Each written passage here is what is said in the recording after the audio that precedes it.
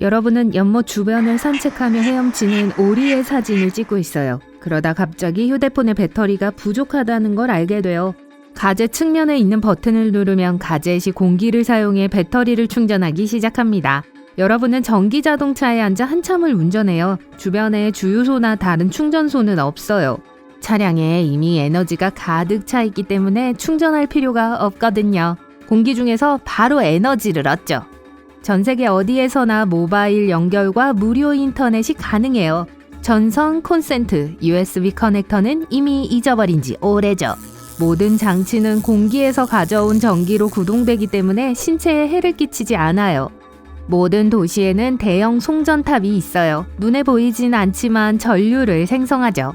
에너지는 어디에나 존재하고 그 양은 무한합니다. 뛰어난 발명가 니콜라 테슬라는 이상적인 현대 세계를 꿈꾸며 이 그림을 봤어요. 그리고 20세기 초에 그것을 직접 만들려고 했죠. 이 과학자는 전선 없이 전 세계에 전기를 보낼 수 있는 독특한 시스템을 만들고 싶어 했어요. 이를 위해 1901년 가장 야심찬 프로젝트 중 하나인 워든클리프 타워를 건설하기 시작했어요. 타워의 높이는 약 57m로 자유의 여신상의 절반이 조금 넘었어요.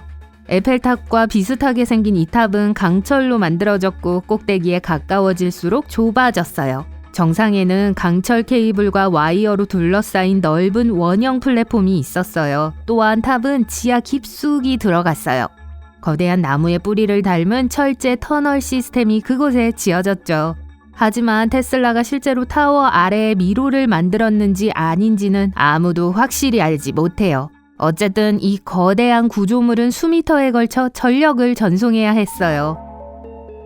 처음에 테슬라는 지상을 통한 전기 송신에 대한 실험을 수행했습니다. 아마도 특별한 장치를 만들면 이 전기를 공중으로 전송할 수 있다고 생각했겠죠. 이 과학자는 자신의 아이디어를 테스트하기 위한 자본이 필요했어요.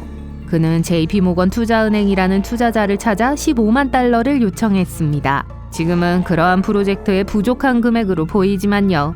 1901년 당시에는 오늘날의 약 520만 달러에 해당하는 큰 돈이었어요. 그와 동시에 이탈리아의 발명가 구글리 엘모 마르코니는 무선 전신 시스템을 시연해서 배에서 육지로 메시지를 보내는 데 성공했어요. 하지만 테슬라는 투자자들에게 자신의 발명품이 전 세계 어느 곳에 있는 두 지점 간의 전화 통신을 제공할 수 있을 것이라고 말했죠. 당연히 투자자들은 깊은 인상을 받았고 테슬라는 프로젝트에 착수하기 시작했습니다. 그는 1901년 롱아일랜드에서 프로젝트 작업을 시작했습니다. 그의 계획에는 약 30개의 타워를 만들어 전 세계에 설치하는 것이 포함됐어요. 안타깝게도 테슬라는 자신의 발명품이 작동하지 않을 것이라는 사실을 몰랐어요. 현대 과학자들은 그의 일기를 읽고 그의 그림을 검토한 결과 워든클리프 타워가 가장 단순한 장치에도 충분한 에너지를 공급할 수 없다는 결론을 내렸습니다. 최소한 몇 대의 전화기가 작동하려면 타워에서 훨씬 더 많은 전기를 생산해야 했죠. 게다가 고전압은 인체와 환경에 해로울 수 있었어요. 테슬라는 또한 30개 이상의 타워를 건설해야 했는데요. 이 모든 작업에는 막대한 에너지가 소요됐어요. 이러한 시스템은 실용적이지도 않고 재정적으로도 수익성이 없었어요. 타워를 건설하는 동안 테슬라는 더 많은 자금이 필요했지만 JP모건은 프로젝트에 대한 자금 지원을 거부했습니다. 지역 주민들은 타워에서 전기 스파크가 여러 번 튀었다고 주장했어요. 다행히도 대기에 유해한 에너지를 방출하진 않았어요. 자금이 없는 테슬라는 프로젝트를 계속 진행하기 위해 부동산을 담보로 대출을 받아야 했죠. 하지만 타워는 거대한 강철 더미에 불과했어요. 1917년 새로운 소유주가 이 타워를 매입했습니다. 그는 타워를 조각조각 잘라 고철로 팔았습니다.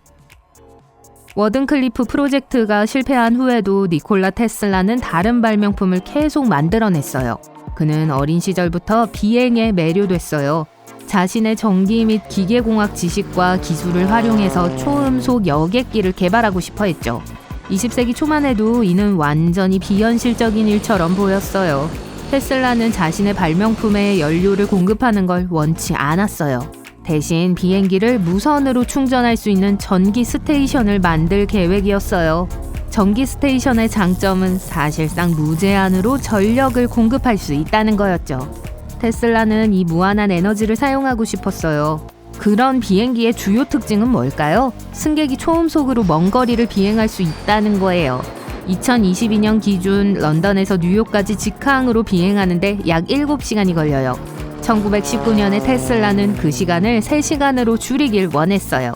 그는 지역 잡지에 초음속 비행기에 대한 아이디어를 발표했습니다. 안타깝게도 그 아이디어는 그 지면을 넘지 못했지만요. 테슬라의 가장 기괴하면서도 동시에 인상적인 발명품 중 하나는 지진기계였습니다. 이 과학자는 우연히 진동을 일으켜 강력한 지진을 유발할 수 있는 메커니즘을 만들었어요. 처음에 테슬라는 복잡한 증기 동력 기계식 발진기를 만들었어요. 이 진동기는 망치처럼 진동하며 위아래로 움직여 전기를 발생시켰죠. 1893년 그는 이 장치에 특허를 내고 몇 년 동안 테스트하면서 체계적으로 출력을 높였어요. 뉴욕의 한 대형 건물에서 이 장치를 테스트한 적이 있는데요. 그는 설정을 변경하던 중 뭔가 부딪히는 소리를 들었습니다. 이 장치로 인해 작은 지진이 발생한 거예요. 그 결과 실험실 내부의 모든 중장비가 바닥에 떨어져 망가졌어요. 그 순간 테슬라는 망치를 들고 장치를 부숴버렸어요. 이 기계가 강한 진동으로 모든 건물을 파괴할 수 있다는 사실이 두려웠던 거예요. 사고 후 구급차와 경찰이 즉시 현장에 도착했습니다. 테슬라는 조수들에게 장치에 대해 이야기하지 말라고 요청했어요. 그는 경찰에게 평범한 지진이라고 말했죠.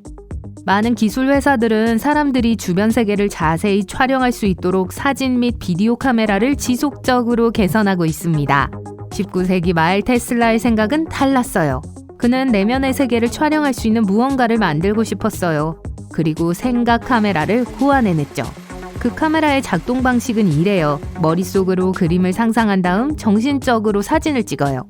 그런 다음 프린터로 사진을 인쇄하는 거예요.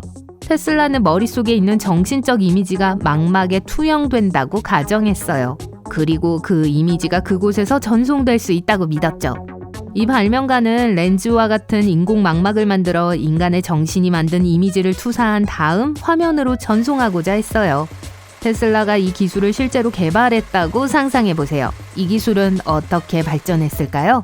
생각을 읽고 꿈을 기록할 수 있는 능력을 갖게 될까요?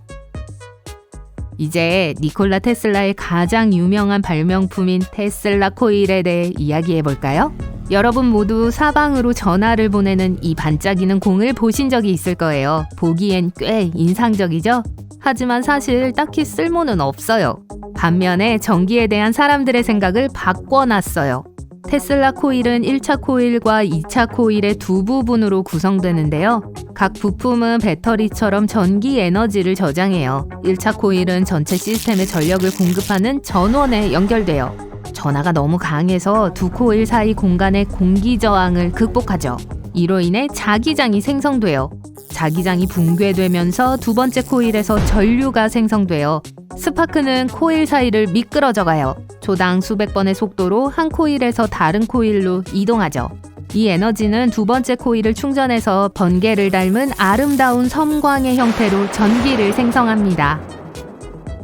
테슬라가 이 기계를 사람들에게 처음 선보였을 때 모두들 놀라움을 감출 수 없었어요. 그들에게는 절대적인 마법과도 같았죠. 지금도 테슬라 코일은 꽤 인상적이에요. 이 발명은 기술적인 도약뿐만 아니라 문화에도 영향을 미쳤어요. 많은 감독들이 공상과학 영화에서 테슬라 코일의 이미지를 사용했어요. 사람들은 테슬라 코일 기술을 텔레비전, 라디오 및 기타 전기 제품에 사용하기 시작했어요. 이 발명가는 전기가 물, 불, 흙과 같은 물질이 될 수 있음을 보여주었죠.